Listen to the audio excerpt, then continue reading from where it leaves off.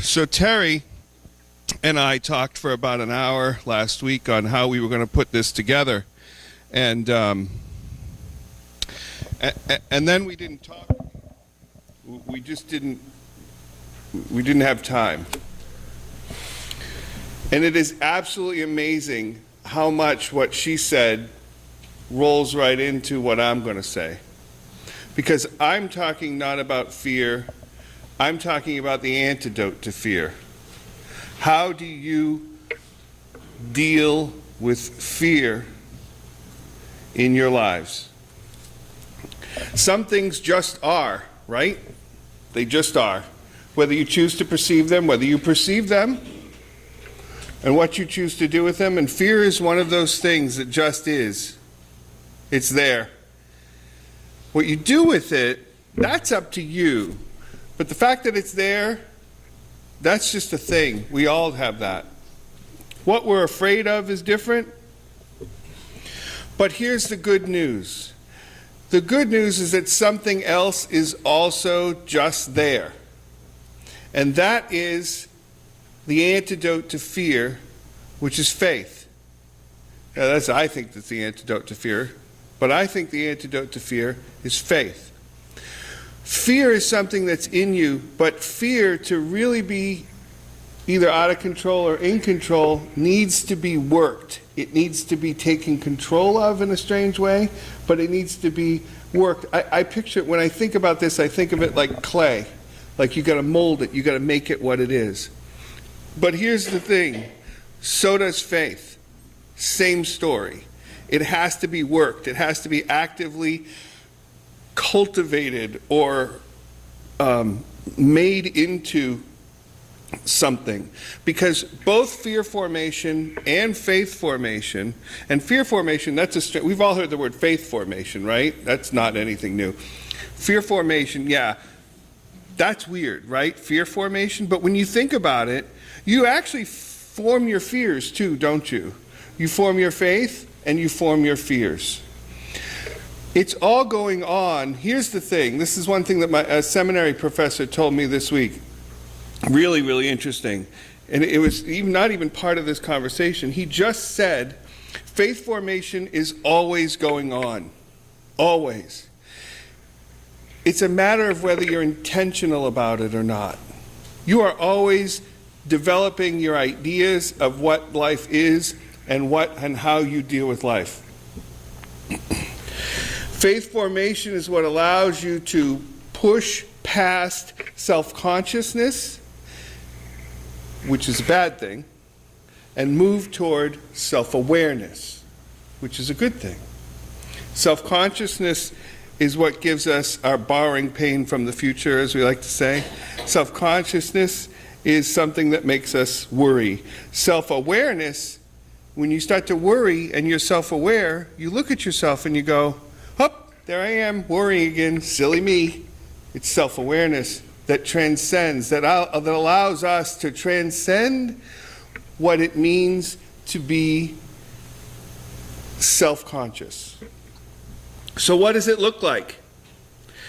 It looks like, let's talk about some Unitarian Universalists, just because we're in a Unitarian Universalist church. It looks like Theodore Parker, who was a Unitarian Universalist minister. Well, he was a Unitarian minister. There was no such thing as Unitarian Universalist when Theodore Parker was around, whose career went down the tubes basically because he failed to shut up about segregation, about slavery. He ended up dying in Italy, broke. Wonderful. He's the one who said the arc of justice, the arc of the universe is long, but it bends toward justice. Everybody thinks that's Martin Luther King, but 150 years earlier, that was Theodore Parker. How about William Ellery Channing, standing up and embracing the word Unitarian, which until that point was a bad word. It was a joke word. They had originally gone with non-Trinitarian, but that sounded too negative. How about Patrick and Alice Magara and the Reverend Mark Kayimba, who are Unitarian Universalist ministers in Uganda, a place where homosexuality is illegal and punishable by death. What kind of faith do you have to transcend? What kind of personal self-consciousness do you have to transcend to say, you know what? I'm going to fight for LGBT rights in a place where LGBT is punishable by death. These are people who saw their purpose more clearly than they saw themselves. Their awareness allowed them to transcend themselves. So this faith formation that I'm talking about, some of you may be a little skeptical on this. Faith, to some people, is just stuff that happens, right? It's like flipping a light switch on. And in some faith traditions, it ain't you that flips a light switch on, it's God or Jesus or someone. In our faith tradition, you're the light switch flipper. And we have, you're a little more than that, but anyway, you know what I'm saying. So there are various theories on this. There's a guy named Fowler who has laid out the faith formation. You start here and you progress through a process, and then there's Carol Gilligan who's done the same thing. So the fact that this is studied, to me, means it's at least a thing. And it's a real thing, and it's something that exists and something we can work on. All you have to do is be intentional about it. So let me tell you a quick story about my faith formation, really quick. I was attending church in Greenville, and there was a class that was being offered, and I loved the person who was offering the class. But she was saying there was nobody going to the class. So I thought the class sounded really good. I wasn't interested in the class, but I thought the class would be interesting for someone. So I started going to the class to make sure that there'd be people in the class. And I went for 2 or 3 weeks, and it's all right. To me, I was getting information about religion. I wasn't getting religious education. There's a difference, right? Information about religion and religious education are two different things. Religious education is transformative. Education about religion is informative. They're different. So, this class was apparently sinking into me, but I didn't even realize it, because one day, in a particular moment, that light switch went on. I was in a situation, and I realized the whole point of the class was you just have to put down whatever baggage that you don't want to carry with you. It's a lot more detailed than that. I will tell you about it. Any day you want to know about it, I will tell you about it. I live my life by it.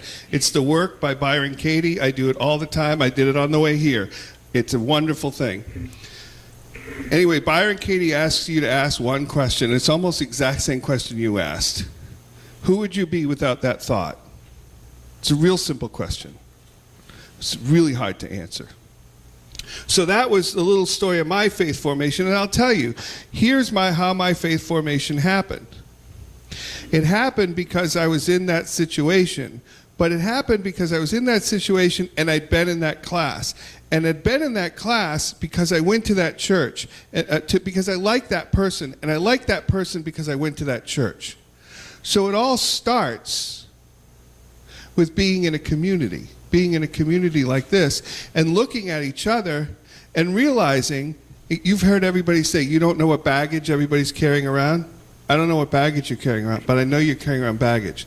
That connection is the most important piece of faith formation. To me, the first step of faith formation, the first step of working on your fear, is being together with other people. That may sound light and fruity, but it really, that's the first step. Now, that's not the only step, but that's the first step. St. Paul, the letter writer, St. Paul, got it too. And I have to tell you, I have real trouble with St. Paul. I don't like him that much. And it's stuff like this that I don't like him for. This is Romans chapter 12, verses 1 and 2. This is going to rub you the wrong way. But then I'm going to read a modern translation of the same thought. Okay, First King James, because this is what your friends are reading. I beseech you. Now this is Roman. He's talking to Romans. Okay, so he's talking to the wealthy. He's talking to the people in the capital of the empire. Right? Capitalists, as close as it caught to at that point. I beseech you, therefore, he says, brethren, by the mercies of God, that ye present your bodies as a living sacrifice. That's the part that goes, ugh, right? Holy, acceptable to God, which is your reasonable service, and be not conformed to this world, but be ye transformed by the renewing of your mind, that ye may prove what is that good and acceptable and perfect will of God. Okay, so let's unpack that a little by going to Peterson's translation in the Message. That is a little harsh, right? That's sort of like throw yourselves at the lions or whatever was going on back then.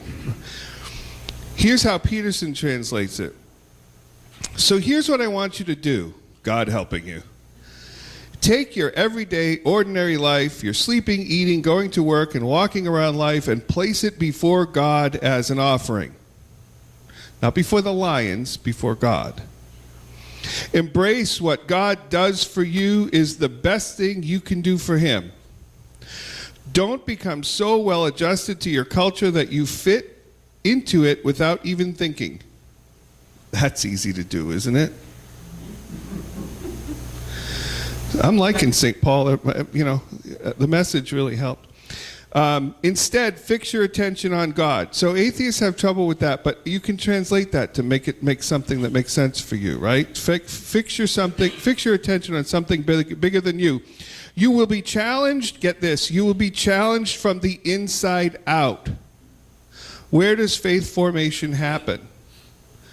From the inside out. Readily recognize that what he wants from you and quickly respond to it. Unlike the culture around you, always dragging you down to its level of immaturity. That's so beautiful. God brings out the best of you, develops well-formed maturity in you. Give yourself over to something bigger than yourself. Allow yourself to transcend yourself. Got it? All set now? When will you be done? Next Tuesday? Can we say noon? When will you be finished with transcending yourself? This is a lifelong process. This is a beautiful process. And is there a point in your life when self-consciousness gives way to self-awareness? St. Paul's story, obviously understanding this, urging the Romans. My story, urging you to listen to the wisdom that I find in Byron Katie and others. What's your story? Where does your story start? Where does it go? That's the beautiful thing about being in community, is having our stories together. And that's how faith formation happens. One day at a time, one step at a time, being in community with each other.